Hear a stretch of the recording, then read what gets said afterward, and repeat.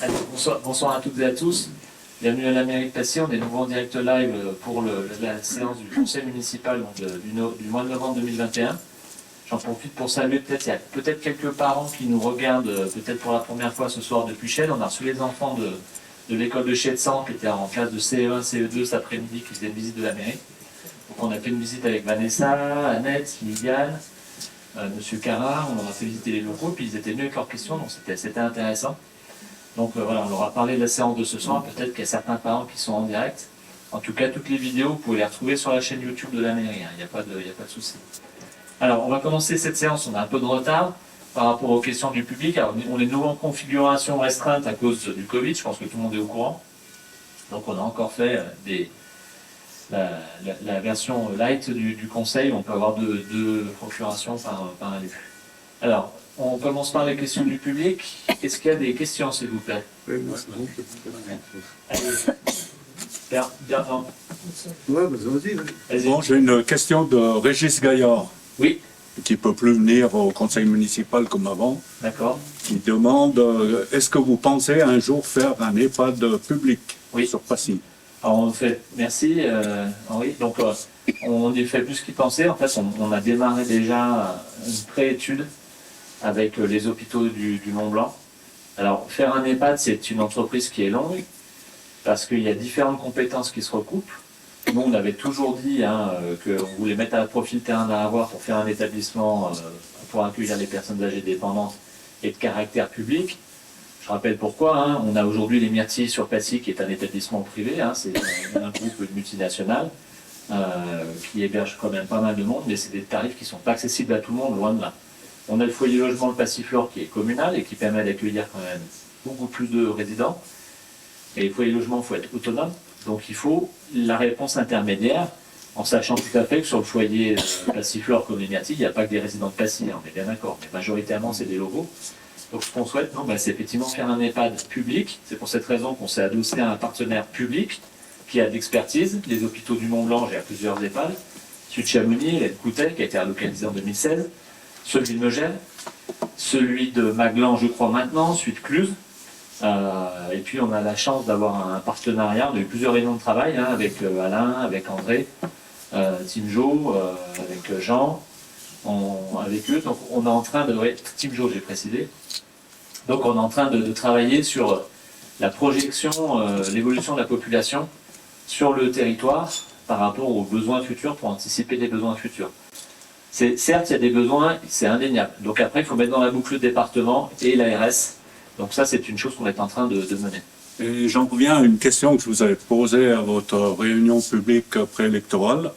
Est-ce que c'est possible, ça s'est jamais vu, de faire un EHPAD en cohabitation avec Domancy ou le Fayet, en prorata de la population de chaque ville? Alors, nous, on ne peut pas avoir, d'un point de vue légal, des critères en disant, tiens, on prend des passerands, on prend des chamoniards. Aujourd'hui, c'est une rupture de l'égalité du droit, et ce qui est logique. Par contre, alors, c'est peut-être le caractère intercommunal dont vous parlez. Ouais. L'idée là-dedans, c'est pas la commune qui va gérer, contrairement à Passiflore, c'est pas la commune qui gérera cet EHPAD. Nous, on souhaite que ça soit les hôpitaux du Mont-Blanc. C'est un acteur public qui est désintéressé, qui n'a pas d'exigence de résultat, contrairement à un groupe privé, et puis qui a une vraie expertise. Donc là-dessus, le montage, on verra en fonction des partenaires possibles, des communes, du département, encore une fois, parce que c'est lui qui a la compétence.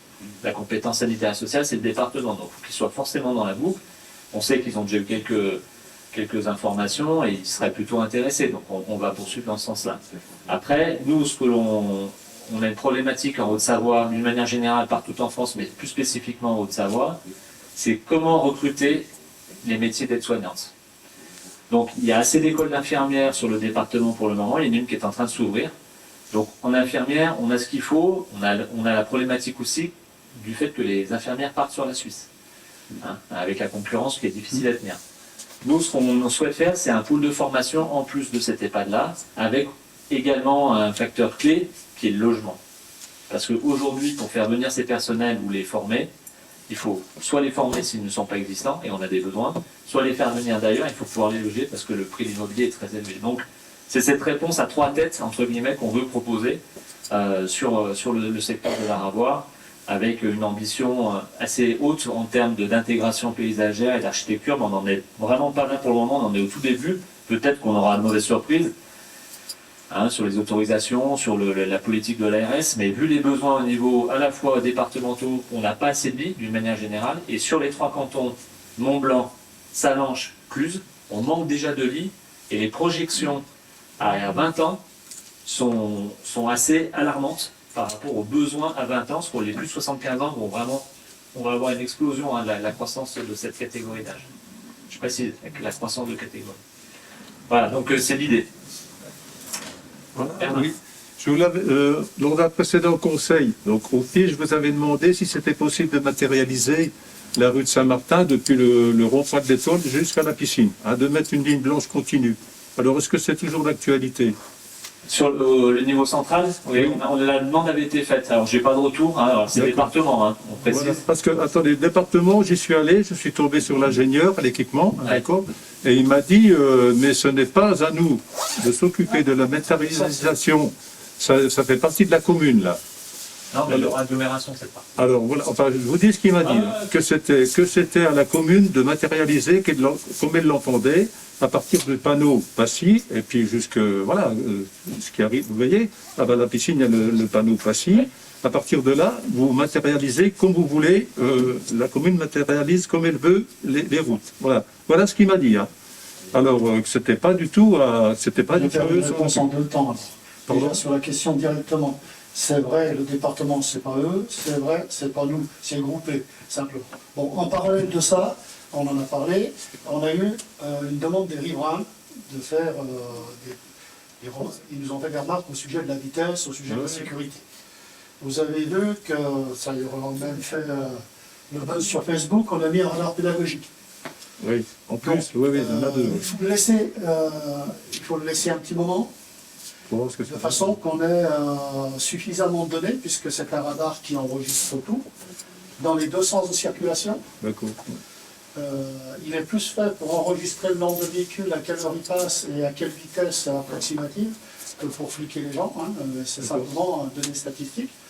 Et pour que ça soit utilisable en termes de résultats, il faut attendre pratiquement 6 mois.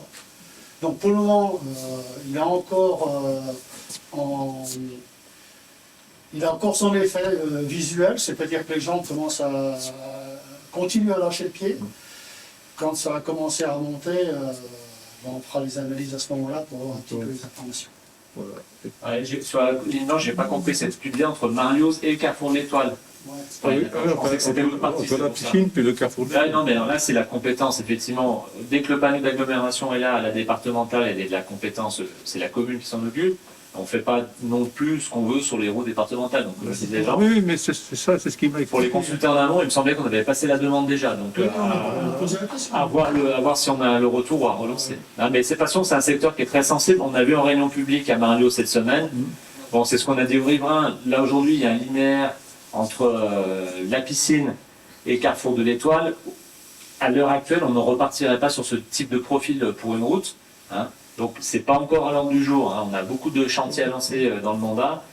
Ça ne sera pas dans l'idée. En tout cas, sur le réaménagement futur, là, oui, dans quelques années, on peut se permettre de faire une voie verte en continuité. Il y a largement ce qu'il faut en termes d'espace. Et puis des aménagements pour les piétons, en tenant compte des sorties des maisons aussi, et casser ce côté linéaire, avec peut-être un mouvement de route. On verra comment on procédera. Mais pour le moment, c'est pas à l'ordre du jour, donc effectivement, il faut qu'on concrétise cette ligne blanche. On le note comme ça, on relancera les services, et puis qu'on puisse faire ça. Par contre, on l'a vu, la température, c'est pas l'idéal pour peindre, donc ça sera pas bon pour. Ah oui, c'est fait. Là. Bon, puis j'avais posé une autre question, si c'était possible de faire un glossaire pour le bulletin municipal. Donc, enfin, celui-là est pas mal, il faut le dire, il est bien, il est réussi. Mais je demandais l'autre fois qu'on fasse un glossaire, parce qu'il y a plein de sigles, les gens n'y comprennent rien. Alors normalement, quand c'est bien écrit, on essaie de faire attention. Voilà. La règle en français, c'est quand il y a un acronyme, on écrit d'abord le nom en entier, et ensuite on met l'acronyme entre parenthèses. Oui. Voilà, moi, je veille à ce que ça soit fait, donc voilà, il faut que tu me dises, mais normalement, on fait attention, parce que si on fait une page à la fin, Bon, quand on fait un magazine Enfin, le municipal, faire une fois, quoi, c'est tout.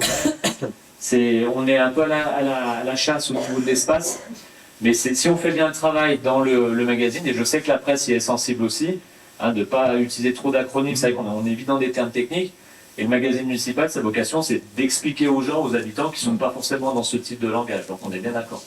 Bon, on renforce la vigilance. C'est bien. Merci. Est-ce qu'il y a d'autres questions? Oui. Bon, c'est pour les anciens combattants. Quand on avait fait la réunion du conseil municipal au Parvis des Filles, toute première, je vous avais posé une question sur la plaque des anciens combattants d'Algérie. On ne voyait plus les noms, tout ça. Et je vous avais demandé de repeindre les noms. On m'a dit c'est facile, mais c'est toujours pas fait. Ouais. Et je m'en rappelle, t'as raison, je m'en rappelle. Et cette plaque, elle est de quel côté? C'est celle qui est sur... C'est celle qui est devant les deux gerbes que vous avez mis le 11 novembre. On a rajouté le reste du monument à réécrire, j'allais dire, en repassant en noir les lettres. Pourquoi? C'est parce que quand il y a eu, il y a 1 an et demi, le nettoyage, ou il y a 2 ans de nettoyage, c'est tout foutu le camp. Donc c'était plus que la plaque des anciens BFM. C'est dans les tuyaux, j'avoue que c'était pas passé dans les priorités, il faudra qu'on y fasse. Non mais t'as raison, on le renote. Et puis il y a une deuxième chose que j'ai demandé à l'époque au service technique il y a un petit moment, c'était de modifier la plaque Arsène Poncet qui trône au milieu du parking du gymnase des Filles. La plaque, c'est un ancien résistant, c'est Arsène Poncet, il me semble. C'est le nom du parking. La plaque est sur un bloc de béton au milieu du parking. Et alors déjà, elle est visible, puis c'est vraiment pas respectueux. Donc on le note. Et puis ça, on fera poser des panneaux de rue aux 2 entrées. Je crois pas qu'à l'époque, quand j'ai demandé à Carole, je ne crois pas avoir eu de retour. On vérifiera, mais en tout cas, c'est pas efficace. 2, c'est pas vraiment respectueux par rapport à la personne qui manifestement a donné de sa personne. Et une autre question sur le carré militaire de Chède. Je ne sais pas s'il y a quelqu'un qui s'occupe du problème des anciens combattants. Pour le 11 novembre, on aurait pu redresser le drapeau du carré militaire parce qu'il s'est tout avachi sur lui-même. D'accord. Ça ne veut plus rien dire, drapeau. Ok, et ben on regarde. T'as raison. Et non, j'aurais cru que le 11 novembre, vous l'auriez fait pour le redresser et puis qu'il batte à tout vent comme d'habitude. Ouais, pour le 11 novembre, avant le 11 novembre, on a mon CNET qui est pas mal en lien avec les services et puis les habitants par rapport aux besoins de nettoyage. On a encore fait, il y a beaucoup de travail, notamment à Chelles, mais il y a beaucoup de choses qui ont été faites et il faut encore produire des efforts. On note ça, tu as raison, il n'y a pas d'ambiguïté. Et ça nous avait, on a parlé des allées, on avait une question au dernier conseil municipal. C'est ça qu'on a fait du travail sur les 2 tombes des 2 abbés là, et les 2 curés. Mais ok, on note. Ça marche. Puis une dernière petite, puisque personne ne pose. Ah vas-y. La nouvelle passerelle qui a été refaite à Rue de la Fraye. Rue de la Fraye, il faudrait mettre un anti-glissant dessus. L'autre jour, quand ça a gelé, je descends toujours par là pour aller chercher mon pain. J'ai testé, ça glisse. Hein. Alors, ce qui se fait maintenant, notamment, on voit ça dans les circuits de VTT, les pistes de descente, ils mettent un petit grillage sur les passerelles. Il y a beaucoup de passages comme ça en bois. Ils mettent un grillage très fin qui fait antidérapant. On appelle ça des skinny de mémoire. Mais on regarde. Alors bon, l'ancienne passerelle était en bois aussi. Hein. Oui, mais elle ne glissait pas comme ça. Et peut-être qu'elle était tellement abîmée que Oui, c'est peut-être ça. il y avait du relief, mais là les planches sont neuves effectivement. Donc bon, puis c'est pareil, on peut faire un marquage éventuellement. C'est le traitement du bois qui... Ouais. Mais ok, bon bah pareil, ça c'est tout bête. Et encore, pour une info, là c'est une information, je m'adresse à tout le conseil municipal. Vous savez qu'il y a un musée des anciens pompiers à Passy. Bon, on n'a pas vu beaucoup d'élus jusqu'à maintenant. On a dû en voir 3, c'est tout. Si, vous avez vu André Pastéris. André Pastéris, elle s'occupe du culturel, mais les autres élus, on n'a jamais vu d'élus encore. Ouais. Alors, moi j'ai invité, je ne suis pas encore allé, j'irai, c'est promis. Mais comme c'est les ouvertures de mémoire, c'est le samedi matin. Samedi matin, oui. Ouais, bon, le samedi matin, là, en ce moment, en plus, on a pas mal de choses le samedi. Premier samedi du mois. Ouais. Faut moi, j'arrive à combiner ça, mais j'essaie de garder un peu de temps pour ma vie de famille et c'est pas évident pour eux. Oui, mais il n'y a pas que vous. Hein. Oui, je sais bien. Vous êtes quand même 33 au conseil municipal. Hein. Ah, ben évidemment, là, il en reste plus que 31. Bon, ça marche. Pas d'autres questions? Bernard? Non, c'est bon? Merci, c'est bon. Cathy, c'est bon? Ok. Bon, eh ben, écoutez, merci, on va pouvoir commencer. En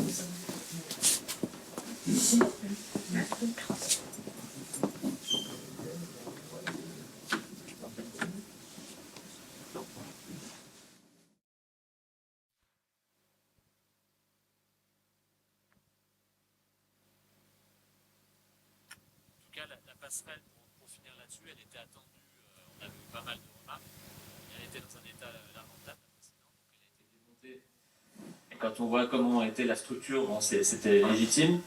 Donc le choix a été fait effectivement de faire une passerelle directement par les services de la mairie. Je pense que le résultat est quand même à la hauteur.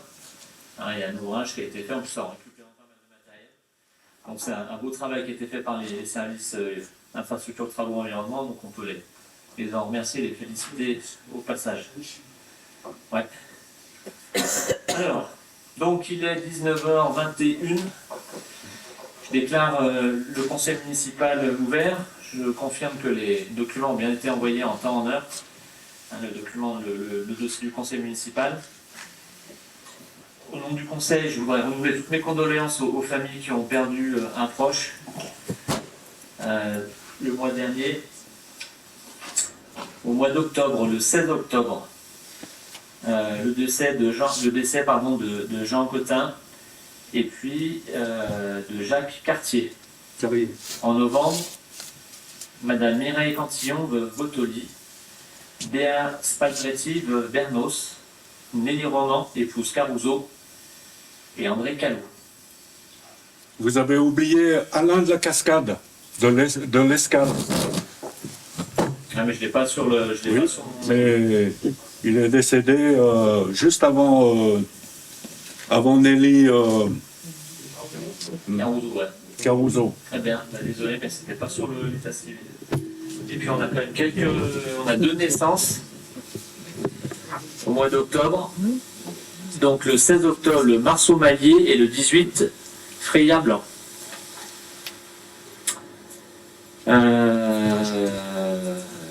On va ajouter une délibération.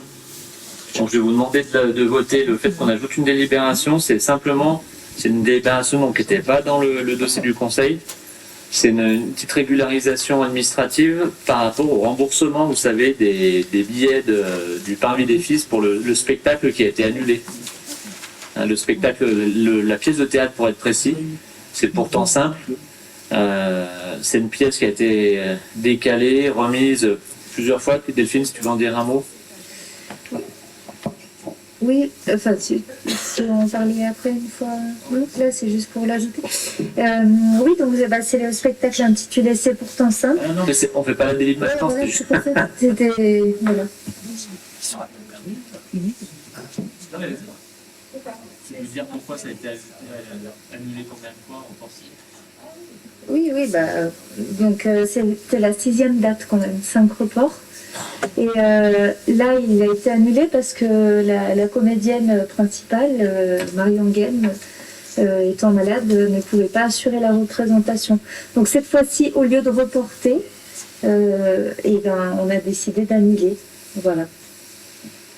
Et donc, par conséquent, de rembourser ceux qui avaient pris leur billet. Voilà, puis comme on a au niveau d'une collectivité, notre banque, c'est le Trésor public, on a quand même des opérations administratives un peu plus complexes qu'un simple remboursement. C'est pour cette raison qu'on vous propose la délibération. Est-ce qu'il y a des oppositions par rapport à ça? Au vote de la délibération? Pas d'abstention? Ok, écoutez, merci, votez l'unanimité. Donc on passera cette délibération. Je vais faire l'appel des élus. Christelle Rébet, Jean Fontaine, Annette Bordon, Alain Roger, Belguine Sétine, André Timjot, Delphine Chatrian, Clément Valentin, Vanessa Tournier, Nadejda Anzieff, absente excusée, donne pouvoir à Vanessa Tournier, Jean-Yves Demelin, Rémi Klein, Aurélie Lavenant, absente excusée, donne pouvoir à Christelle Rébet, Maurice Azzo, Céline Sicoli, absente excusée, donne pouvoir à Belguine Sétine, Romain Bonnet, absent excusé, donne pouvoir à Rémi Klein, Claire Métral, absente excusée, donne pouvoir à Jean Fontaine, Patrick Amadei, absent excusé, donne pouvoir à Clément Valentin. Patrick, il est en assemblée générale ce soir d'une association. Véronique Vizet, absente excusée, donne pouvoir à Jean-Yves Demelin. Ludovic Pichon, absent excusé, donne pouvoir à André Timjot. Liliane Duval, absente excusée, donne pouvoir à Alain Roger. Taoufik Dos, absent excusé, donne pouvoir à Raphaël Castera. Lisa Grosset. Ludwig Bianchi, absent excusé, donne pouvoir à Maurice Azzo. René Trachet-Giquel, absent excusé, donne pouvoir à Raphaël Castera. Bruno Valentin, absent excusé, donne pouvoir à Clément Valentin. André Pastéris. Présent. Fabrice Dujardil, absent excusé, donne pouvoir à André Pastéris. Jocelyne Beruex. Présent. Sandé Zeglio, absent excusé, donne pouvoir à Jocelyne Beruex. Et Marie-Charlotte Aubry, absent excusé, donne pouvoir à Jacques Sartelet. Et Jacques Sartelet. Merci. Secrétaire de séance, je propose que ce soit Lisa Grosset, la Benjamine. Voilà. Donc merci Lisa d'accepter.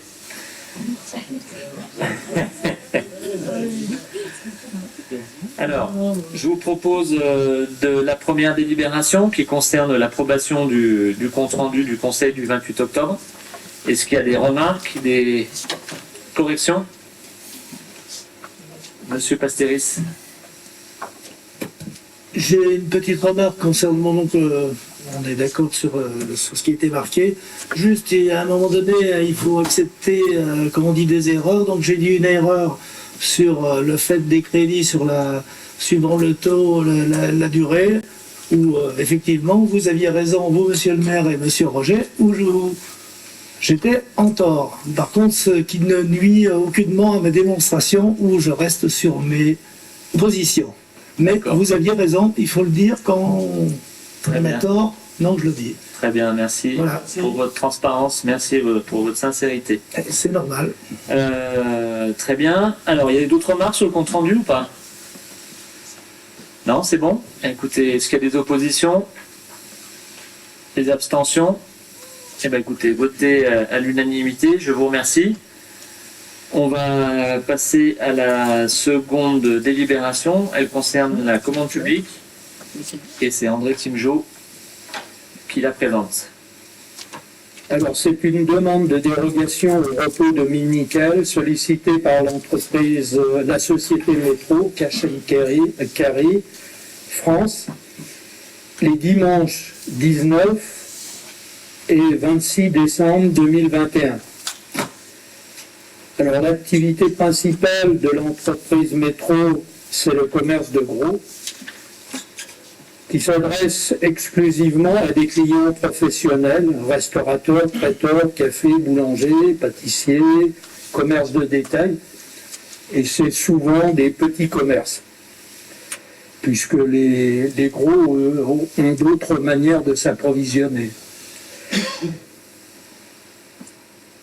Alors le but, c'est de permettre à ces clients professionnels de se réapprovisionner en permanence durant la période de forte affluence des fêtes de fin d'année. Oui, 19 et 26 décembre.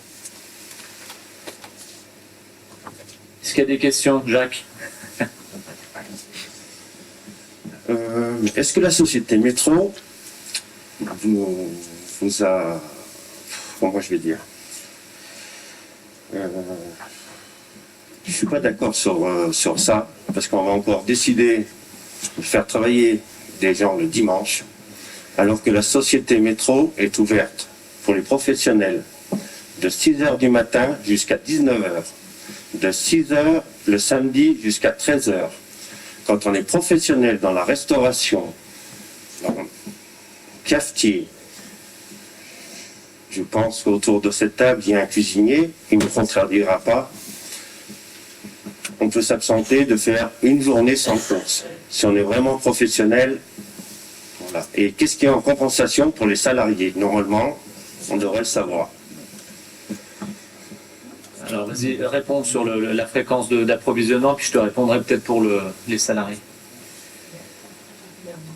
Oui, alors, comme je l'ai dit, il s'agit souvent de petits commerces, hein, et ces petits commerces, bon, ça leur est quand même difficile de faire un approvisionnement excédentaire, et souvent ils sont obligés de se réapprovisionner comme on dit, en fonction de la clientèle qu'ils ont, et c'est presque au jour le jour. Hein. Et bon, c'est surtout en pensant aux clients, hein, c'est pas la société métro qui nous importe le plus, c'est plutôt la clientèle de cette société qui risque d'être gênée si c'est fermé, quoi. Alors bon, on s'est posé, suite à la discussion qu'on a eue au conseil précédent, puis c'était déjà un débat qu'on avait eu entre nous hein, dans le mandat précédent, c'est ce que j'expliquais l'autre fois, c'est vrai qu'après, sur la partie en distribution classique Super U, c'est plus facile pour nous de dire, voilà, il revient aux gens de pas forcément aller faire leurs courses le dimanche ou les jours fériés. Bon, on sait bien, tous autour de la table, qu'on est potentiellement concernés, moi j'essaie de faire attention, hein, mais bon, voilà, c'est du ressort de chacun. Sur l'approvisionnement des professionnels comme métro, moi j'ai eu presque, j'ai envie de te dire, la même réaction. Bon, après discussion un peu avec ceux qui connaissent le secteur, c'est les capacités de stockage des établissements qui ne sont pas illimitées et ce qui les oblige à se réapprovisionner voilà, sur ces 2 jours-là. Donc c'était un peu la réponse qu'on a établie. Il y a des gens qui connaissent bien le secteur ici. Donc voilà, on a eu une discussion là-dessus. Et puis concernant les salariés, alors, moi à l'époque dans ma jeunesse, j'ai travaillé dans la grande distribution. Je faisais les plannings et je m'occupais notamment du temps de travail en phase avec la réglementation. C'est ce que je rappelais l'autre fois, il faut que les gens ça soit sur le principe du bénévolat, mais on sait que c'est pas toujours respecté, on est bien d'accord là-dessus. Par contre, dans la grande distribution, au niveau des accords de branche, c'est 100% du salaire, je dis bien normalement, hein, Jacques. Donc voilà, en travaillant les jours fériés et le dimanche, alors ça a peut-être évolué, je suis pas allé vérifier, mais c'est pas un salaire constant. Hein. Donc c'est pour ça que des fois, il y a quand même des personnes qui sont volontaires pour travailler pendant ces périodes-là, pour monter un peu le niveau de salaire en fin de mois, ce qui peut se comprendre. La question qui demeure, on est bien d'accord, c'est sur le principe du bénévolat ou pas. Ça peut être volontariat, pardon, ouais, t'as raison. C'est ce que j'allais dire, monsieur le maire. C'est plus volontaire que bénévole, cette opération. Je regardais Jean-Yves, qui est le défenseur du bénévole. Donc effectivement, c'est le principe du volontariat qui peut être mis à mal, effectivement. Bon, voilà. Donc c'est une question qui reste un peu en débat. Et puis, pour être tout à fait transparent, hier, on a voté à la communauté de communes d'autres dates d'ouverture pour d'autres stations qui avaient moins de dates que Passy d'afficher. Donc, je pense qu'on reverra la chose à la baisse l'année prochaine. On a eu une discussion avec les équipes. Hein. Voilà. Je ne sais pas si ça répond à ta question, Jacques.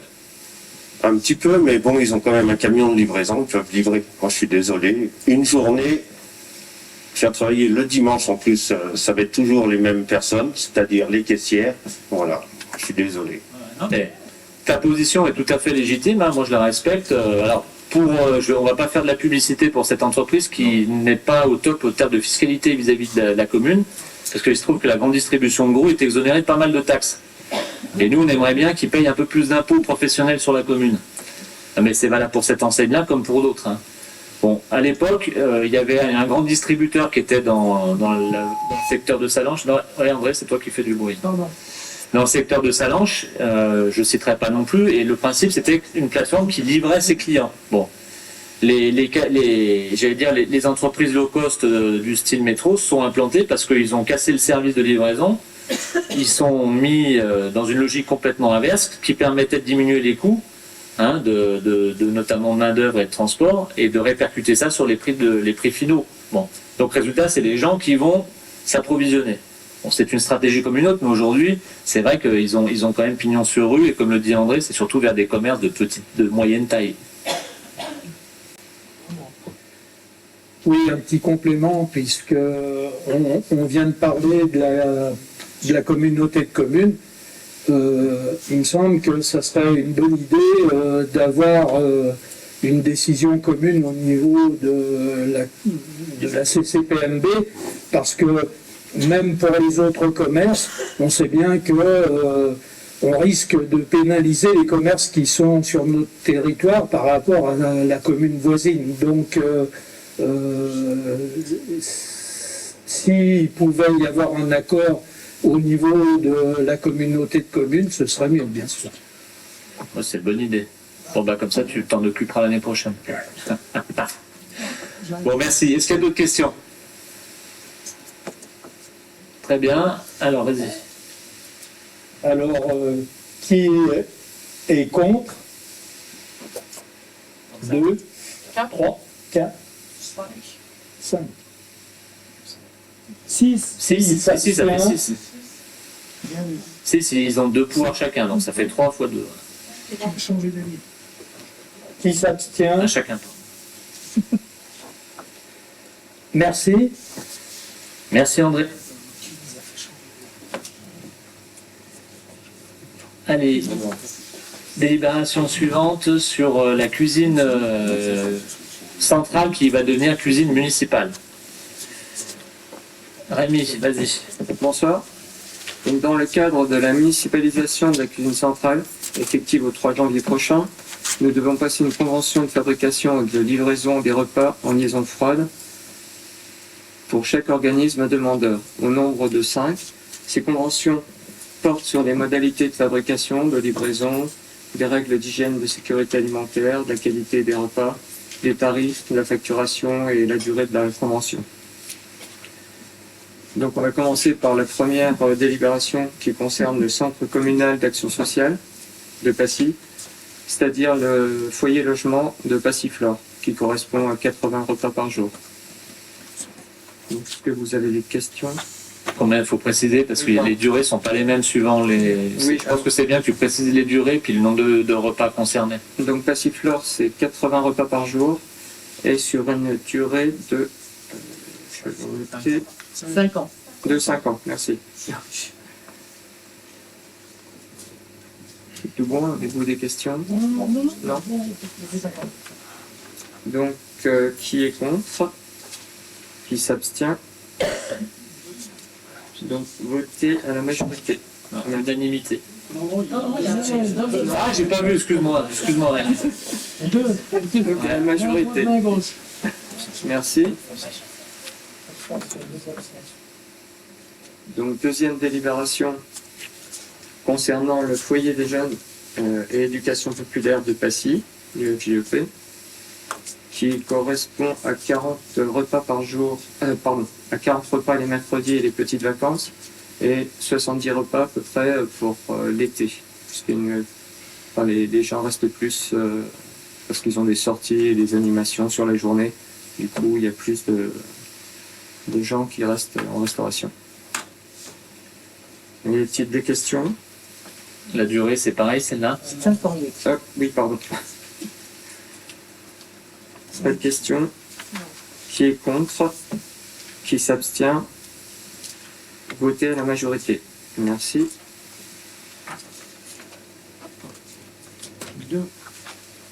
La suivante correspond au groupement européen d'intérêt économique.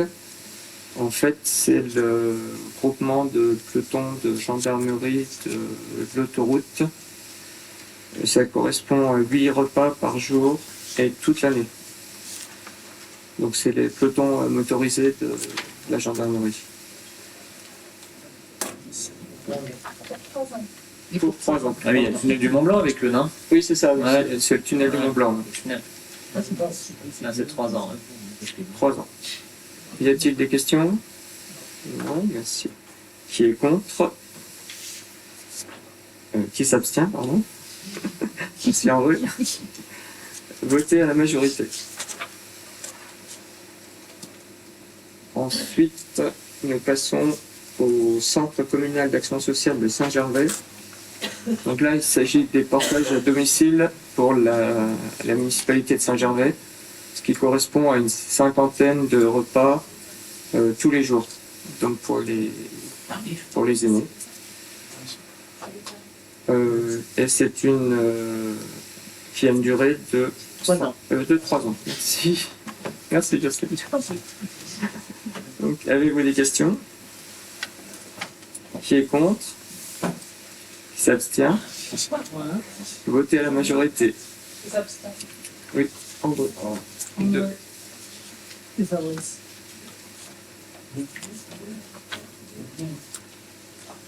Et enfin, l'association d'aide à domicile en milieu rural, donc la DMR de Passy, dont nous avons entre 50 et 60 repas, donc à domicile, par jour, et pour une durée de 4 ans. Non, c'est écrit. Décidément, j'ai un problème. Avec les... Ah oui, ça. Le meilleur en cuisine. Ouais, C'est le principal. C'est le principal. Désolé, sur 5 ans. J'ai mal noté. Y a-t-il des questions? Qui est contre? Qui s'abstient? Voilà, deux. Donc, votez à la majorité. Merci bien. Merci Rémi. Un petit complément sur les tarifs, Alain. Oui, le principe, comme on ne connaît pas exactement, on a un prévisionnel, mais on ne connaît pas exactement quel sera le prix de revient des repas, on part sur la base des tarifs qui étaient pratiqués par Sodexo, mais on se donne une clause de revoyure au bout de 6 mois. On aura suffisamment d'éléments comptables pour définir après un prix de revient réel. Donc ce qui nous permettra de réajuster par rapport à un certain nombre de clients, si on peut dire. Voilà. Donc ça fait partie des conventions. Et puis un petit complément que me souffle M. Carra, effectivement, comme on est avec la commune de Saint-Gervais sur les liaisons froides pour le portage, eux, ils ont déjà passé la délibération au conseil municipal, hein, c'est ça? CCS, oui, c'est le CCS qui délibère. Ok. Donc là, on est presque bon. On est au niveau des conventions, on finalise peut-être juste au niveau chauffeur. Hein, M. Carra, un dernier poste. Donc voilà, après, ça nous laisse un peu de... On sera opérationnel donc le 3 janvier 2022. Alors ce que précisait Rémi, hein, on a pas mal de demandes extérieures, mais on va se concentrer, Rémi, sur ce qu'on a voté là et le nombre de repas qu'on a piloté. Oui, tout à fait. On voulait rester sur nos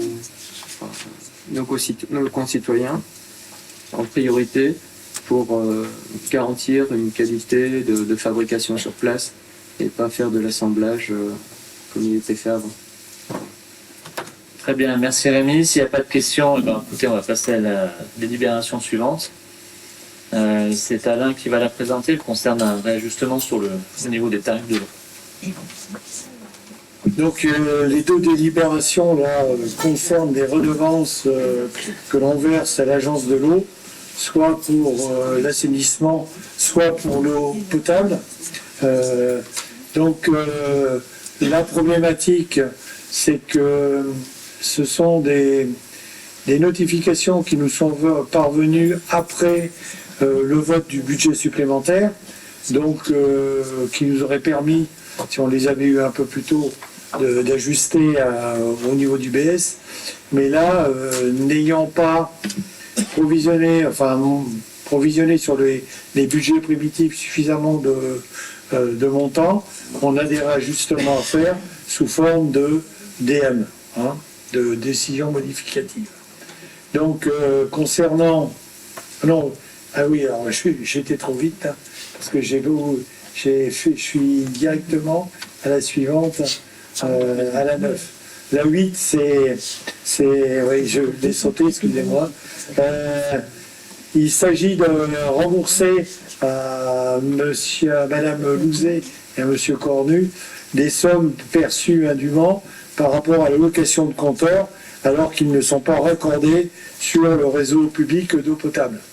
Donc ceci a été, j'ai mis en évidence à cause d'une fuite au niveau du compteur qui ne comptait rien puisqu'il n'y avait pas de consommation. Donc le compteur a été supprimé.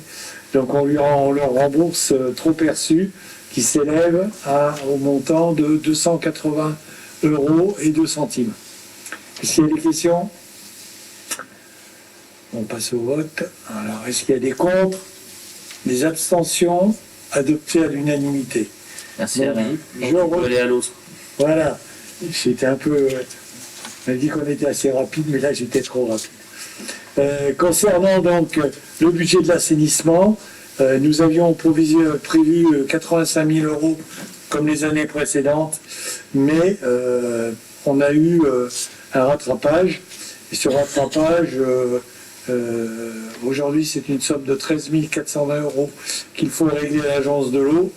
Donc on fait une décision modificative en prenant cette somme sur le compte 011 6068 qui était des petites fournitures et pour l'affecter au compte 14 70 61 29 concernant la redevance pollution. Est-ce qu'il y a des questions? Oui? Non, pas de questions? Bon, ok. On passe au vote. Est-ce qu'il y a des contre? Des abstentions? Merci, adopté à l'unanimité. Et puis la suivante, dans le budget de l'eau, eh bien, on avait provisionné 163 000 euros et aujourd'hui, on a un supplément donc, de 16 022 euros que l'on prend sur, pareil, sur le budget de l'eau au chapitre 011 60-68 petites fournitures pour l'affecter au chapitre 14 70 12 49 redevance pollution. Des questions? On passe au vote. Est-ce qu'il y a des contre? Des abstentions? Adopté à l'unanimité. Merci. Merci Alain. Alors, on va passer à la partie infrastructure, travaux et environnement. Donc, on va parler de la SPLOZ. Vous savez, c'est la société publique locale qui travaille avec la commune depuis quelques années sur la rénovation énergétique des bâtiments. On a une modalité de partenariat qui est assez particulière. Allez, Christelle. Oui, donc comme on est actionnaire de cette société, on doit de toute façon présenter le rapport en fait du délai donc du mandataire au niveau du conseil municipal conformément au code général des collectivités territoriales. Donc Passy est membre depuis 2016. Alors en ce qui concerne, donc on est bien sur l'exercice 2020, hein, on est pratiquement à la fin de 2021, mais on est sur l'exercice 2020. Donc il y a eu un chiffre d'affaires de 3 558 440 euros, en sachant que ce chiffre d'affaires a quand même été impacté par la Covid-19. Notamment, il y a eu des arrêts de chantier, il y a eu des décalages de décision aussi. Alors, la Covid plus en plus le décalage des élections municipales qui a fait des reports de décision. Et donc, il y a eu des allongements de délais dans les projets, ce qui a amené une perte financière de 31 216 euros sur l'année 2020. En ce qui concerne les contrats qui ont été signés, alors il y a eu une activité soutenue pour les études en amont, notamment la SPLOZ a fait beaucoup de diagnostics énergétiques et puis aussi d'accompagnement à la rédaction du programme de travaux. Donc il y avait eu 7 marchés signés contre 4 en 2019. En revanche, on a eu effectivement des ralentissements sur les marchés signés en maîtrise d'ouvrage. Il y en a eu 2 simplement en 2020, donc un à Annemasse et un à la mode Servolex. Et puis en ce qui concerne, donc ils ont eu 2 contrats d'assistance à maîtrise d'ouvrage. Donc ça concerne la commune de Passy en fait. Donc c'est pour les logements à Béni et puis des études préopérationnelles en fait. Voilà, donc nous on a participé effectivement sur ces 2, enfin on a signé 2 contrats avec eux. Sur le plan plus opérationnel, donc là effectivement il y a eu un ralentissement étant donné qu'il y a eu ces arrêts de chantier. Il y a eu, par contre, ils ont fait beaucoup de contractualisation et notamment avec la conception-réalisation. Par contre, l'activité dans la réalisation des travaux a été beaucoup plus faible. Il n'y a eu que 2 opérations qui ont été livrées. C'est des groupes scolaires à Aix-les-Bains et à Annecy. Même si effectivement sur 2020 on a une activité qui a été un petit peu en baisse, c'est toujours quelque chose qui est très très attractif comme type de société, puisqu'il y a eu, alors déjà au départ c'était uniquement la région Rhône-Alpes. Avec la fusion avec l'Auvergne, ils ont réouvert une succursale sur Volvic pour pouvoir travailler un peu plus avec la partie Auvergne. Et puis, il y a eu 3 nouvelles entrées au capital social, qui ne sont pas des moindres, parce que la métropole du Grand Lyon et la ville de Lyon, dedans. Et puis, donc, la ville de Thoiry aussi sont rentrées. Sachant, par exemple, sur 2021, on est à 9 nouvelles entrées aussi.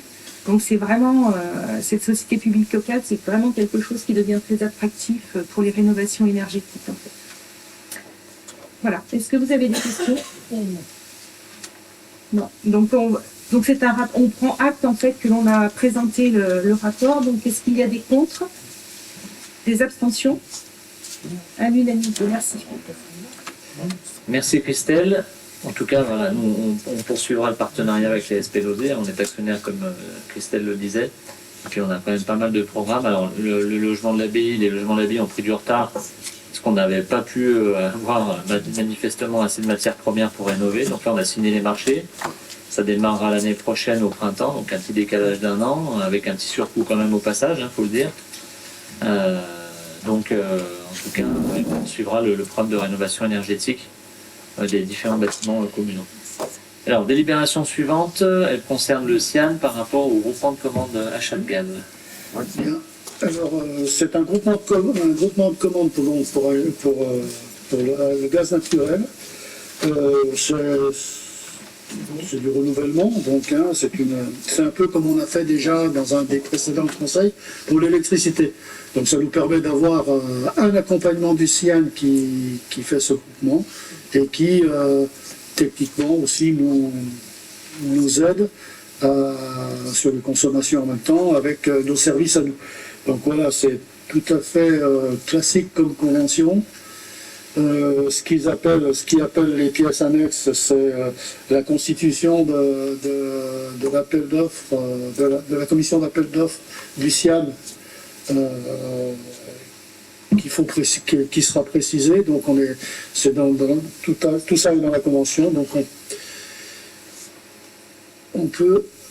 c'est très favorable pour la collectivité de faire des achats groupés. Y a-t-il des questions? Alors, oui, j'ai une petite question. Peut-être que ça serait bien aussi de faire des achats groupés pour le bois.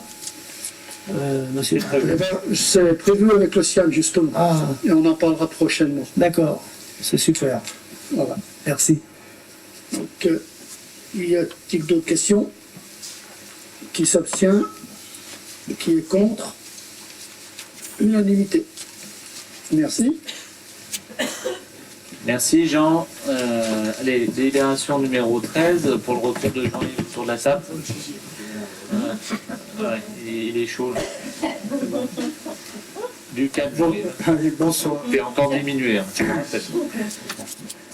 Donc, délibération concernant la création d'un emploi non permanent. Cette délibération, comme la suivante, concerne le même agent et le même poste.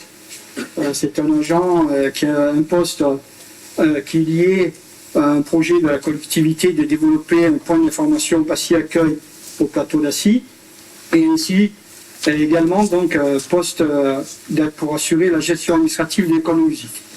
Afin de pérenniser ce poste-là, c'est une création d'emploi permanent, mais qui demande un délai de 2 mois. D'où on est obligé de faire une première délibération pour prolonger le poste non permanent. Donc c'est la création d'un emploi non permanent d'assistance de gestion administrative dans le cadre d'un besoin lié à l'accroissement temporaire d'activité au sein de services population et école de musique. Dans un premier temps. Y a-t-il des questions? Oui, question. Donc vous confirmez qu'il est non permanent mais qu'il va venir rapidement. Exactement. Et on a un délai de 2 mois par la réglementation, pour la publication. Et donc en attendant, ce poste-là, il est assuré et on est obligé de reproposer un poste non permanent. Et donc ça va faire un emploi de plus. Non, il y est. C'est le même agent, le même poste. On a un emploi non permanent qu'on va pérenniser par la suite sur un emploi permanent. Donc il va être pérennisé. Il y est mais non permanent, donc il va devenir permanent. Tout à fait. À terme, longtemps. Mais donc ça ne fait pas un emploi de plus. Hein. Donc cet emploi existe. Hein. L'agent est déjà en fonction. Non permanent. Voilà. C'est un non permanent qui va durer. Déterminé ou indéterminé, mais ce n'est pas le terme qu'on emploie. D'accord, merci. Voilà. Y a-t-il des oppositions? Des abstentions? Merci, adopté à l'unanimité. Abstention ou contre? Abstention. 2 abstentions. Très Dans bien. la délibération suivante, il s'agit donc de l'emploi permanent pour la même création de poste. Y a-t-il des questions? Des contre? Des abstentions? Merci. Adopté à la majorité.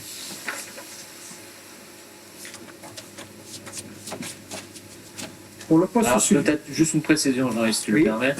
Donc quand on parle de Passy Accueil, on l'avait déjà annoncé autour de cette table, mais on va élargir l'offre de services de l'agence postale, aujourd'hui que tout le monde connaît au plateau d'Assy. J'en profite pour rappeler que l'agence postale du plateau d'Assy bénéficie d'une amplitude horaire qui est très large. Hein. C'est ouvert tous les jours, du lundi au vendredi, de 8h à midi et de 1h30 à 18h, et le samedi matin. On était l'agence postale à l'époque, enfin jusque-là, mais on l'a encore plus maintenant, qui avait la plus grande amplitude horaire au niveau du pays du Mont-Blanc. Donc ça, c'est quand même un service que l'on apporte à la population. Je rappelle que l'agence postale, pour les titulaires d'un compte chèque postal au niveau de la poste, ils peuvent aussi retirer de la monnaie, ce qui fait défaut aujourd'hui au plateau d'Assy. On réfléchit à une solution alternative, mais pour les titulaires de postaux, ils peuvent retirer à l'agence postale. Et demain, on a déjà listé tous les services et l'offre que l'on pourrait apporter en plus sur ce secteur-là. Donc c'est pour cette raison qu'on va renommer l'agence postale Passy Accueil, parce qu'elle fera bien plus que du service en lien avec la poste. Il y aura un accueil point information au niveau de l'office du tourisme, c'est ce que font déjà les personnes parce qu'elles ont été formées, elles renseignent déjà les visiteurs. Mais il y aura autre chose, on a une demande par rapport au guide accompagnateur de montagne, d'avoir un point de rencontre à cet endroit-là. On a différentes démarches administratives où on pourrait amener un premier niveau de réponse au lieu de faire venir les gens à la mairie pour des formulaires divers et variés. Pourquoi pas de la prise de rendez-vous pour faire des cartes d'identité, des formulaires d'urbanisme, la petite enfance. En tout cas, tout a été listé avec le service population, M. Cara. Et on a ces 2 agents qui sont embauchés, qui sont déjà en place et qui permettront d'offrir davantage de services pour éviter aux habitants du haut de commune de descendre forcément à la mairie par rapport à leurs besoins. On a un abonnement internet et puis on mettra un ordinateur à disposition aussi pour utilisation en libre accès. Alors, on cadrera les choses, mais voilà. Donc le but, c'est d'amener du service et on maintient bien entendu les services postaux, bien entendu. Donc c'est pas exclusif, c'est plus de polyvalence sur le secteur du plateau d'Assy. Monsieur le maire, donc on peut appeler ça une mairie de proximité comme nous l'avions prévu aussi nous dans nos objectifs. Ah, bon ben, on est rassuré. Ah oui, mais justement, je dis pas que c'est pas bien, je dis que c'est un petit peu ce qu'on avait prévu, quoi. Une mairie j'appellerais ça plutôt une mairie de proximité plus que Passy Accueil. Après, peu importe la dénomination, ce qui compte c'est le résultat. Et on est ravis de voir que vous rejoignez nos propositions également qu'on a. Ah, du tout, c'est vous qui faites un petit peu aussi ce qu'on avait prévu de faire, qu'on fera peut-être plus tard. Bon, nous, en tout cas, c'était écrit, donc tout le monde pourra vérifier. Ah, mais nous aussi, c'était tout à fait écrit, monsieur le maire. Mais, André, prenez les bons termes aussi, vous pouvez appeler ça aussi une mairie de proximité. André, ce que je comprends pas, c'est que tu avais ce projet-là, mais pour remplir cette activité, il faut du personnel. Et ce personnel, là, on vient de voter sa création de poste et toi, tu t'es abstenu. Donc j'ai du mal à comprendre. Je me suis abstenu simplement parce que peut-être que je pense que le personnel est assez nombreux pour être voué à ces tâches. Donc je pense qu'avec le personnel que nous avons, nous pourrions sûrement subvenir à cette nouvelle activité. Et je ne mettrai pas en, peut-être les finances de la commune future en mauvaise position en employant beaucoup de personnel, en ayant déjà le personnel qu'il faut. Et je vois plutôt à l'avenir voir que toutes ces charges qui vont arriver au passerand plus tard, celles-là, elles ne s'arrêteront pas. C'est ce que je disais tout à l'heure à M. Debelin, c'est des emplois qui sont permanents, c'est-à-dire que toutes ces charges seront permanentes. Pour aujourd'hui, effectivement, notre commune, votre municipalité majoritaire, mais peut-être plus tard pour les autres qui risquent peut-être c'est un service d'être peut-être embêtés avec ça. Donc, vous posez une question.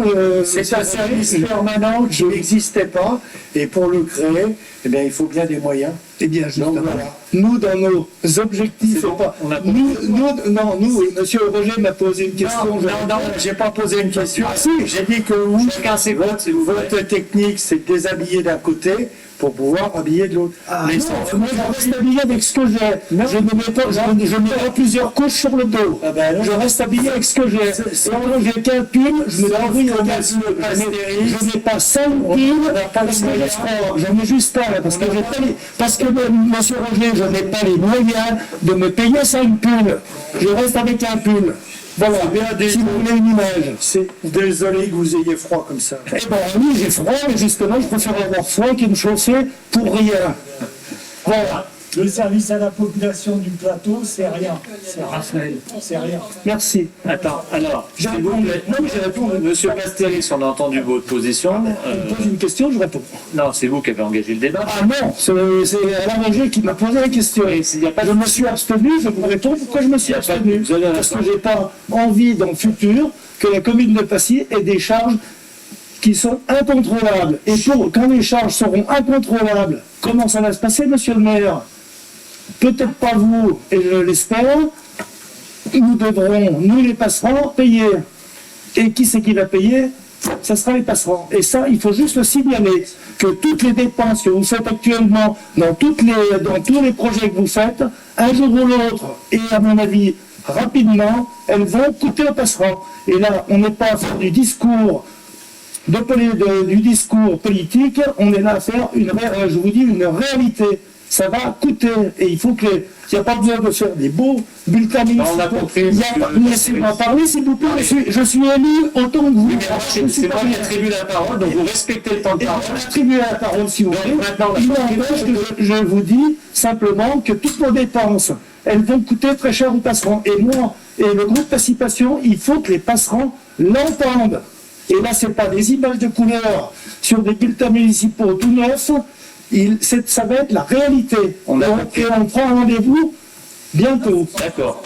Donc on a bien compris votre position. Ah ben, elle est claire et nette. Voilà, elle est claire et nette. Donc chacun jugera par rapport au service délivré. Donc quand on entend ce que Je vous ne parle dites, pas du service, moi je parle de coûts, monsieur le maire. Je parle de coûts qui vont être, c'est pas un gros mot. une réalité. C'est pas un gros mot le coup. Et maintenant laisse parler André. Et c'est sûr que pour vous, c'est pas un gros mot, c'est pas votre argent. Il y a La seule monsieur- différence, c'est que moi, je pense que l'argent des contribuables, si j'avais été à votre place, je ferais comme si c'était le mien, c'est-à-dire je l'économise. Et je ne fais pas à U et à dia comme vous faites. Voilà ce que je vous dis. Bon, très bien. Maîtrisez-vous maintenant. Et Je me maîtrise tout à la fait. parole est à Monsieur Timjou. Oui, alors autre chose, je voulais expliquer pourquoi on a appelé cet accueil Passy Accueil et non pas mairie de proximité. C'est tout simplement parce que une des activités n'est pas une activité d'une mairie de proximité ou annexe, c'est l'accueil touristique, comme on l'a expliqué, par délégation de l'Office de tourisme. Merci André Timjou pour cette précision. Donc trois types de services au niveau de Passy Accueil, le service au niveau de l'agence postale, l'accueil touristique et le renseignement touristique, et de l'accueil service public mairie. Et culturel bien entendu. Alors, Jean-Yves, t'as pas perdu le fil? Non, non, Délibération suivante. pas du tout. Donc je reprends le fil. Et c'est pas une question que je pose, hein, Monsieur Pastéris. C'est juste une précision. Ce poste, on l'a répété, est déjà existant. Alors je rassure, et je vous rassure vous, comme les passants, c'est pas un budget supplémentaire, ça va rien coûter de plus. Il fait partie déjà du budget fonctionnement du personnel. Voilà. Et avant notre élection. Ils sont bien contents. Hein, et avant notre élection. Ouais. Donc là, la délibération suivante. Création d'un emploi non permanent dans un d'exploitation d'entretien de la voirie dans le cadre des viabilités hivernales. Considérant la difficulté de recrutement sur un emploi permanent dans le genre d'exploitation, donc c'est un emploi qui avait été déjà délibéré précédemment sur notre conseil municipal là, pour le recrutement d'un agent permanent, c'est toujours un peu le même problème, pour la viabilité hivernale. Donc pour assurer cette viabilité hivernale et le temps de recruter, il est conçu de créer cet emploi non permanent. Avez-vous des questions? Jean-Yves? Je vais simplement une petite précision par rapport, ça aura rejoint ce qu'on se disait dans un autre domaine. Cet emploi-là permettra notamment de dégager du temps sur un des agents de voirie suivant les astreintes, pour déneiger la passerelle du Nord-Bordon. Ça fait partie des choses qui, j'allais dire, avaient été, depuis la réalisation de cette passerelle, avait été un peu, entre guillemets, pas oublié, mais délaissé. On se débrouillait comme on pouvait pour déneiger, que ce soit pour la sécurité des promeneurs ou des randonneurs, ou que ce soit pour la sécurité de la structure. Donc voilà, donc cet emploi-là va servir aussi, ce temps de travail-là va servir aussi à ça. Oui, c'est tout à fait. Sur le mode de calcul, Merci, il faut Jean, ouais. absolument assurer la sécurité, de la solidité de la passerelle. Ce qui n'avait pas été anticipé au préalable. Voilà, tout à fait. Donc pour cette création d'emplois non permanents en attendant le recrutement, y a-t-il des questions? Qui est contre? Qui s'abstient? Ok. Merci. Adopté la majorité. Merci Jean-Yves. Alors, on sort du domaine des RH et des ressources humaines, et puis on passe à la partie foncier, avec la convention pour l'antenne de Radio Mont-Blanc. Il me semble, hein? Allez Maurice. Donc, j'explique un peu le contexte. Vous savez que Sanselmoz a fermé, et Sanselmoz abritait l'antenne relais de Radio Mont-Blanc. Donc le courant électrique sera coupé en fin d'année. Donc Radio Mont-Blanc cherchait un endroit pour implanter son antenne relais. Nous avons cherché avec eux et finalement le choix s'est porté sur le cinéma du plateau. Donc il s'agit ici d'une convention tout à fait courante. Je vous donne les principaux points. Le loyer serait de 500 € par an. Alors nous avons demandé d'ajouter un certain nombre de points, en particulier que les travaux qui sont à la charge de Radio Mont-Blanc se fassent en accord avec un responsable du centre technique communal et sous sa surveillance. Nous avons aussi demandé à Radio Mont-Blanc une attestation d'assurance pour tous les risques, y compris les risques électriques. Et nous avons aussi demandé donc à Radio Mont-Blanc que le jour où nous ferons la rénovation du cinéma, ils déplacent leur antenne. Donc ils pourraient déplacer leur antenne pour permettre ces travaux de rénovation. Donc voilà les principaux points. Est-ce que vous avez d'autres questions? Oui. Jacques, tu voulais poser une Non, question? c'était moi. Non, c'est pas grave, c'est pas grave. Après. Petite question sur le bulletin municipal. Nous avons vu qu'il y a tout un tas de démarches importantes étaient à faire par les passerands ou les concitoyens de la commune. Et cette antenne, qu'en pensent les Bâtiments de France, vu c'est près de l'église, qu'en pense, voilà, quelle est la position de la commune par rapport à ça, vu qu'on est quand même très près de... Les ABF ont donné leur avis favorable, c'est pour ça qu'on a pu l'installer à cette endroit. D'accord, ben voilà, c'est pour ça que c'était une question, donc c'est favorable. Donc vous, ça visuellement, À voir, c'est l'équivalent d'une antenne râteau. oui, mais c'était une question, c'était pas du tout vindicatif ou venimeux, c'était une question. Ils ont bien été consultés. Ouais, mais c'est pour ça, ça aurait pu être signalé comme quoi. Merci. Merci. Est-ce qu'il y a d'autres questions? Jacques? Est-ce qu'il y a eu une autre demande que 500 € à l'année? Oui. Oui, au début, on avait demandé plus. En fait, ce qui se trouve, c'est que Radio Mont-Blanc a un partenariat avec notamment l'Office du tourisme, un partenariat publicitaire, et aussi la commune. Ils valorisent les informations de la commune. Donc, c'est dans le cadre de ce partenariat que le loyer est relativement faible. Voilà.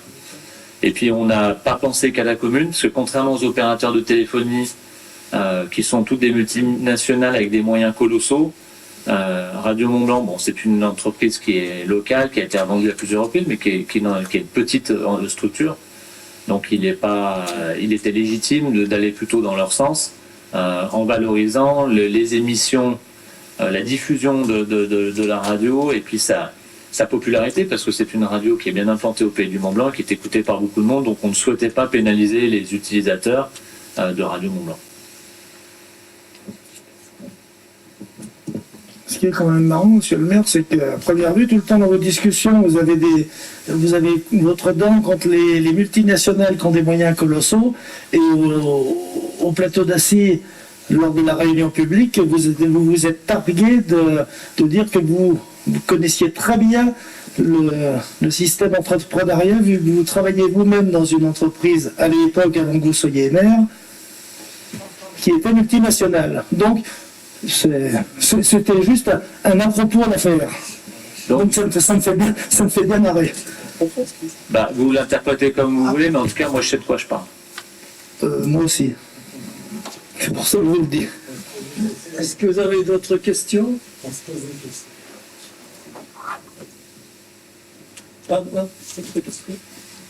Je trouve qu'on aurait pu mettre dans la convention aussi un partenariat pour la commune pour faire des annonces plus publicitaires pour la culture, le sport. Voilà. Parce que quand je vois 500 €, c'est ce que mon entreprise paye, 600 € en un mois pour des annonces, pour 22 annonces. Donc ça me paraît un peu léger. Voilà, ouais. Non, mais vous avez raison. En tout cas, c'est une discussion qu'on a eue avec eux. Maurice a eu plusieurs rendez-vous. Déjà, ça a trouvé le bon endroit. Et puis, ce que je redis, c'est que le partenariat commercial qu'on a avec notamment l'Office du tourisme, donc on ne souhaitait pas les pénaliser. Ce qui est intéressant pour nous, c'est qu'ils valorisent la communication de l'Office et de la commune à moindre frais, entre guillemets. Voilà. Donc là-dessus, c'est eux qui décident. Maurice, tu voulais compléter? D'autres questions? Non. Mais logiquement, l'Office du tourisme à la mairie, ça n'a rien à voir. L'Office du tourisme a ses comptes et la mairie a ses comptes.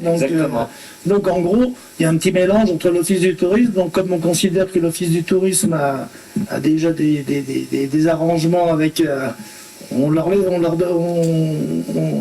se permet de leur demander moins. Quoi. Donc c'est un petit peu étrange comme situation. Je la trouve étrange, moi. Ben écoutez, vous en ferez pas au conseil d'administration de l'Office du tourisme et puis vous verrez ce qui vous... J'ai pas été invité au conseil d'administration de l'Office du tourisme, monsieur le maire. Vous n'avez pas un représentant? Il y avait Fabrice Dujardin, si je ne dis pas de bêtises, mais personnellement, en tant que chef de groupe du groupe Participation, je n'ai pas été invité. Ben, c'est pas une question d'invitation, il y a un conseil d'administration, il y a des règles, il y a des représentants. Vous avez désigné un représentant, c'est Fabrice Dujardin, donc vous lui passerez le message pour qu'il sollicite le conseil d'administration sur cette question-là. Excusez-moi, j'avais pensé que vous parliez de l'Assemblée Générale, donc j'avais mal compris. Non. J'ai mal entendu. Alors, est-ce qu'il y a des questions supplémentaires? Oui, Lisa. Juste par rapport à, c'est peut-être bête comme question, mais par rapport à la différence de hauteur par rapport à Saint-Selmo, vu que le cinéma c'est plus bas, ça ne gêne pas par rapport à la diffusion? Là, je pense que les gens de Radio Mont-Blanc ont bien étudié le problème. Donc, ça, c'est leur responsabilité. Non mais tu as raison, c'est une bonne question, mais eux ils font des études radio, ce qu'ils appellent, donc ils ont regardé les zones de diffusion. Ce que disait Maurice, c'est qu'on avait proposé d'autres sites à la base, et puis comme la question n'a pas été posée, on y répond avant, c'est qu'en termes d'émissions d'ondes, c'est très faible une antenne radio, donc c'est pas nocif pour la santé, c'est moins impactant que ce que peut être une antenne de téléphone mobile par exemple. Voilà. Et tout ça c'est consultable sur le site de l'ARCEP de mémoire. Au niveau réglementation et émission. Je peux compléter un peu. Vas-y. Parce qu'en fait, donc, le champ électrique généré, donc, il est contrôlé par l'Agence nationale des fréquences. Il doit être inférieur à 28 volts par mètre. Et dans ce cas-ci, d'après les calculs qui ont été faits, on serait pour une personne qui est à l'entrée du cinéma à 3 volts par mètre. Donc, 10 fois inférieur donc, à la réglementation. Merci Maurice. Excusez-moi monsieur le maire, c'était pas tout à fait la question qui était posée. La question qui était posée, c'était savoir si ça émettait comme il faut. C'était pas les radiations ou les hypothétiques. J'ai répondu des deux manières. Oui, mais après, voilà, ça a brodé un petit peu. Allez, on met au vote, Maurice. Ouais, donc, qui est contre? Qui s'abstient? Monsieur Marguerite pour les deux. Les deux, pardon. Donc ça fait 6 abstentions. Donc adopté à la majorité.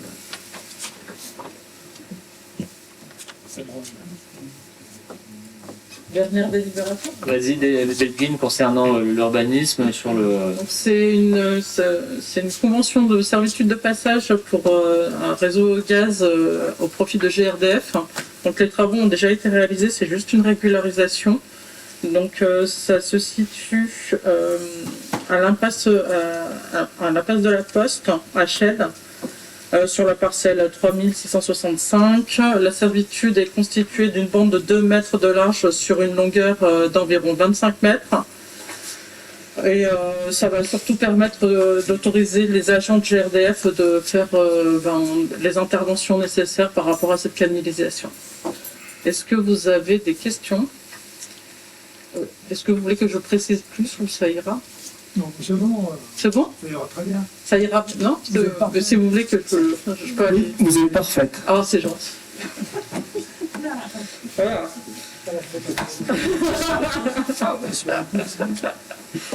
Alors, s'il n'y a pas de questions, on peut passer au vote. Oui. Qui vote contre? Abstention? Votez à l'unanimité. Merci beaucoup. Merci, Belvin. Bon, écoutez, l'ordre du jour est épuisé. Non, si vous permettez. Ah oui, la libération supplémentaire. C'est bien, elle suit bien.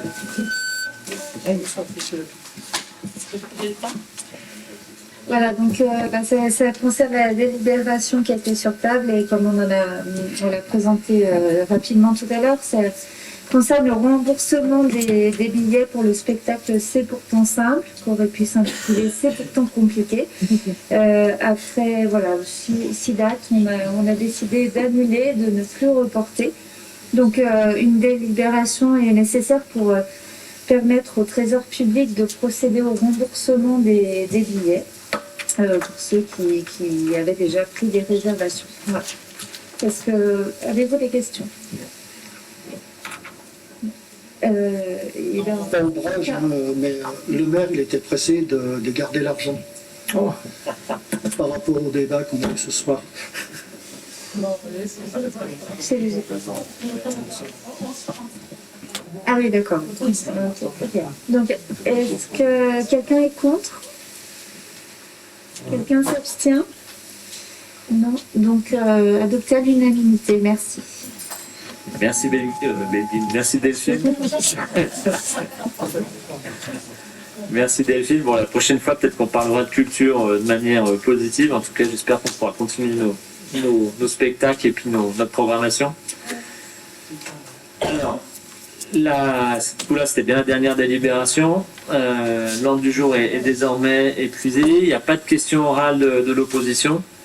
Donc, je vais vous lire les décisions du maire et de la municipalité.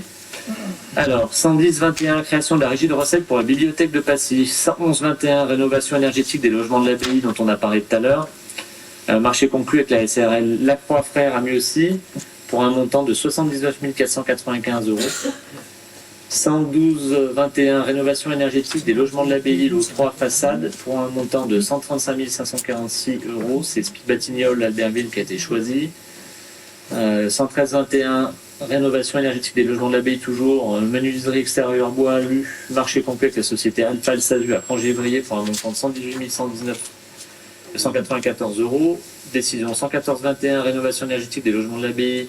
Ce coup-là, c'est le marché isolation flocage avec la société SARL Roche et compagnie à Villaz pour un montant de 12 770 €. Toujours l'abbaye avec ce coup-là, l'eau plâtrée peinture avec la société Forest Décor à Chandieu pour un montant de 12 080 €. Décision 116-21, rénovation énergétique des logements de l'abbaye pour c'est l'eau serrurerie avec la société SARL Roguet Serrurerie pour un montant de 74 980 €. La décision 117-21, rénovation énergétique des logements de l'abbaye, lot 10 électricité, avec la société SAS Electra Entrelacs pour un montant de 12 621 €. Viabilité hivernale, on change de registre. C'est le lot concernant le déneigement du parking de Plaine-Joux avec la société SRL Tronchet Accordon pour un montant minimum de 2 000 € hors taxes et maximum 50 000 €. On espère qu'on aura besoin de leur service cet hiver. Lot 119-21, viabilité hivernale, lot 2, renfort. Donc le marché était infructueux. En complément du premier. Lot 120-21, rénovation énergétique du logement de l'abbaye, c'est la lot 1, VRD maçonnerie. Lot marché déclaré infructueux. Lot 121-21, décision, je vais y arriver, rénovation de l'abbaye toujours, menuiserie intérieur bois, marché infructueux. Idem pour la ventilation. Décision 113-21, ça c'est l'avenant numéro 1 pour la reprise en sous-œuvre de la mairie annexe. Donc là c'est plus le logement de l'abbaye. On a, comme vous avez pu le voir, il y a des travaux importants de confortement. Le bâtiment s'effondrait à la fois, s'affaissait et s'ouvrait vers l'extérieur, vers l'aval. Donc les travaux suivent, c'était long à démarrer, d'avoir le bon bureau d'études, mais bon, l'entreprise travaille vraiment bien, ils sont dans les temps. Plus les surprises. Plus les quelques surprises, mais la livraison, on a bientôt terminé le chantier. Hein, donc les services pourront réemménager le 7 décembre, monsieur Carin, de mémoire. Hein, il me semble, éduc jeunesse, donc dans la mairie annexe. Décision 123-21, marché de travaux, reprise en sous-œuvre de la mairie. Enfin, je viens de le dire, donc c'est pas bon. Donc là, j'ai pas parlé de la société GCI pour un montant de 6 900 €. Et puis là, c'est encore l'abbaye, avenant 124-21, avenant numéro 2, avec la société Nepsen Sub. Et ça concerne un montant, ça porte sur un montant de 46 000 € hors taxe. Concernant, donc là, il est 20h18, 20h19, donc je déclare la séance du conseil municipal fermée. J'ai 2-3 informations à vous donner. Monsieur le maire, juste avant, vous avez omis, vous voulez fermer le conseil municipal, omis de signaler le décès de monsieur Jean Jacquet le 7 novembre 2021. C'était simplement pour moi. Non. Vous avez oublié. Oui, non, mais c'est pas oublié, c'est qu'on l'a pas sur les registres d'état civil. On fait que ceux qui sont déclarés comme tels. Donc bon. D'accord. Bon, Jean Jacquet, on lui a rendu hommage. On lui a rendu hommage au moment des 50 ans du décès de René Del. On a évoqué sa mémoire. Oui, je sais. Donc je pense que ça sera sur la liste prochaine. Mais il n'empêche qu'il fallait quand même le signaler. Alors sur les informations que je voulais dispenser, donc il reste 2 réunions publiques, hein, on a conformément à nos engagements, donc ce coup-là, pour le moment, on n'a peut-être pas la même problématique, on verra comment ça évolue au niveau du Covid. Donc on a encore 2 réunions publiques, la prochaine aura lieu le 30 novembre au chef-lieu, et puis la dernière se déroulera à Chède le 6 décembre, le lundi 6 décembre, et puis on en profitera pour présenter le travail qui a été mené avec le CAUE, vous savez, le Conseil d'architecture, d'urbanisme et environnement de Haute-Savoie, sur la planification, sur les grandes orientations pour le réaménagement du centre de Chelles. Donc il y avait un atelier citoyen qui avait été organisé avec le CAUE, on avait quelques Chélois avec quelques élus qui avaient suivi les urbanistes. Donc on vous présentera un peu le résultat de tout ce travail avec une vidéo. Donc ça sera le 6 décembre. Pour info, on a fini d'évacuer donc les derniers lots de la charpente classée de l'ancien hangar Jean Pernaut. Bessonneau, alors originellement, salle des fêtes Jean Pernaut. Voilà, donc la croix de Monsieur Carin est bientôt... voilà, vous êtes bientôt libéré de votre corvée. Et puis donc c'est aujourd'hui l'entreprise qui s'occupe de relocaliser par ainsi, qui commence à prendre les lieux et déposer son matériel. En tout cas, voilà, la signature définitive avec Orpea, on a voté la délibération pour la vente du terrain, donc on signera prochainement les actes notariés.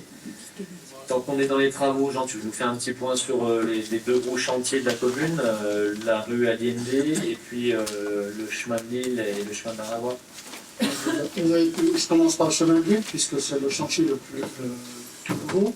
Vous avez vu que depuis aux alentours du 20, le chantier a commencé. Donc on a quasiment fini cet après-midi la partie qui était sous le privé, au niveau de l'eau usée. Le travail va pouvoir commencer après le week-end, je pense, sur la partie rétention. C'est pour ça que pour ceux qui sont passés dans le quartier là-bas, vous voyez de très très gros jameuses de tuyaux, puisqu'on fait une rétention sur le plat, au niveau juste en dessous de l'impasse du Rucher. Voilà. C'est un chantier qui est bien parti, qui sera, je vais le dire quand même, peut-être plus court qu'on l'espérait. On avait pensé que ça allait durer 12-14 mois. Peut-être qu'en doublant les équipes, on arrivera à tenir, si la météo de cet hiver est clémente, on pourra tenir en 10 mois. Ils ont doublé les équipes. Après, on sera comme Saint-Thomas, on verra ce qui se passe avec les entreprises. Monsieur Fontaine, dans la commission d'appel d'offres, c'est prévu 5 mois. Ça fait erreur de ma part. Pas 10. C'est 10. Il doit être une faute de frappe à quelque part parce que ça a été baissé à 10. Ça a été baissé à 10.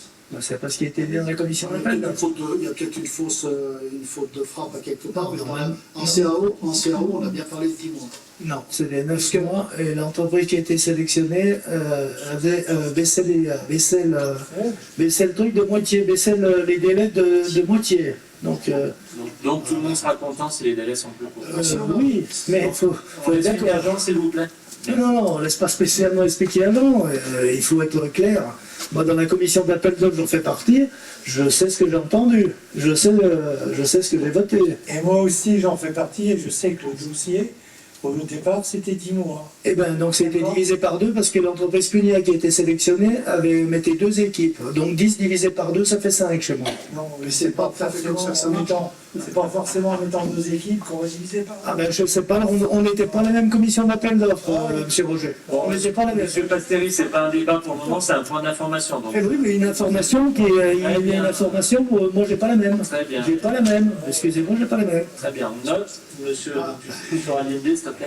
Allende, vous avez vu que ça commence à avancer sérieusement, on s'est un peu dégagé du carrefour, un peu de la pharmacie, ça devient un peu plus clair, un peu plus lisible, vu qu'on a commencé à faire les tranchées, le travail est plus parlant, les travaux sont plus parlants par rapport aux profanes. Tout ce qui s'est fait jusqu'à présent, ça semblait être des petites bricoles, mais de grande importance quand on est technicien. Donc voilà, ça avance, on a eu quelques soucis de respect de planning, mais le retard est en passe d'être absorbé. On sera relativement calme le chantier avant l'hiver et avant d'attaquer, avant les fêtes de fin d'année par exemple. Et puis dès janvier, on pourra sans doute, si la météo le permet, attaquer très très vite la phase suivante qui va partir, alors là qui sera une phase importante, qui sera difficile un petit peu à synchroniser avec les vacances scolaires, puisque c'est une phase qui va partir du parking de la jonction et qui va aller jusqu'à pratiquement à la maison paroissiale. Voilà, de grandeur. Donc c'est la partie où, si vous vous souvenez, les plans qui vous ont été présentés en commission de travaux et en concertation publique, c'est la partie où il y a une surlargeur d'esplanade devant l'école où il y aura de la végétalisation à terme. Voilà. Donc on va attaquer cette période-là, cette phase-là. Voilà. Merci Jean. Et puis dernier point d'information, donc hier on avait conseil communautaire au niveau de la Campopée du Mont-Blanc, on était à Demancy, donc on a eu une présentation qui était intéressante en fin de conseil sur le succès des navettes Montambus. Montambus, on le rappelle, c'est le transport allemand organisé par la communauté de communes. Et puis on a pu noter, alors l'année dernière, au 1er janvier 2021, on a assoupli le système, on a supprimé les zones, on a harmonisé les tarifs, voilà. Donc, et on note que les jeunes, notamment, sont vraiment emparés du système, et c'est bien. On a 1200 inscrits en cette fin d'année, ce qui est beaucoup plus élevé que l'année dernière. Et puis une répartition intéressante, autant le dispositif à concerner les personnes âgées dans un premier temps. Et là, on voit une répartition. On a 40% des utilisateurs pour moins de 25 ans. Un peu moins concernant les personnes plus de 70 ans, c'est 30%. Et puis 30% pour la strate 26-69 ans. Donc on voit qu'il y a une répartition égale. Donc on ne peut être que satisfait de ces bons résultats. C'est un coût important pour la collectivité, ça a été précisé hier, on a plus de 400 000 euros. Les recettes ne couvrent bien entendu pas la dépense, mais bon, c'est un service qui est apporté à la population. Et ça prouve une chose et qui est très importante à nos yeux, c'est qu'il y a une vraie demande de transport sur le territoire et qu'il faut qu'on aille beaucoup plus loin désormais. Voilà. Je vous remercie de votre attention. On vous donne rendez-vous dans 2 semaines, 3 semaines, un peu plus de 3 semaines, le 16 décembre, pour le débat d'orientation budgétaire qui aura lieu ici. Jocelyne, tu avais une question? Oui, juste une petite. Vas-y, là, mets le micro. Ma question, c'est... Mets le micro. Vas-y. Alors, donc c'est juste savoir si, pour la 3e dose de vaccination de la Covid, vous avez prévu quelque chose pour tous les gens? Non, pour le moment, il y a la sous-préfecture qui fait le tour de toutes les communes par rapport aux éventuelles possibilités de vaccination. Nous, on a répondu par la négative. Aujourd'hui, Passy a beaucoup donné.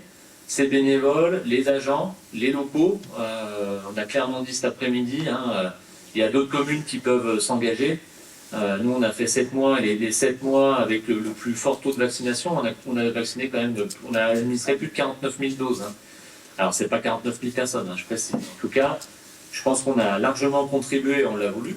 Donc, nous, ce qu'on attend des services de l'État et de l'ARS, c'est qu'ils voient un peu la température chez les collègues, et puis les professions qui peuvent vacciner. Je rappelle que les infirmières, les pharmaciens, les médecins généralistes peuvent tout à fait administrer les vaccins dans leur cabinet. Il y a d'autres professions aussi, un vétérinaire, kiné, mémoire.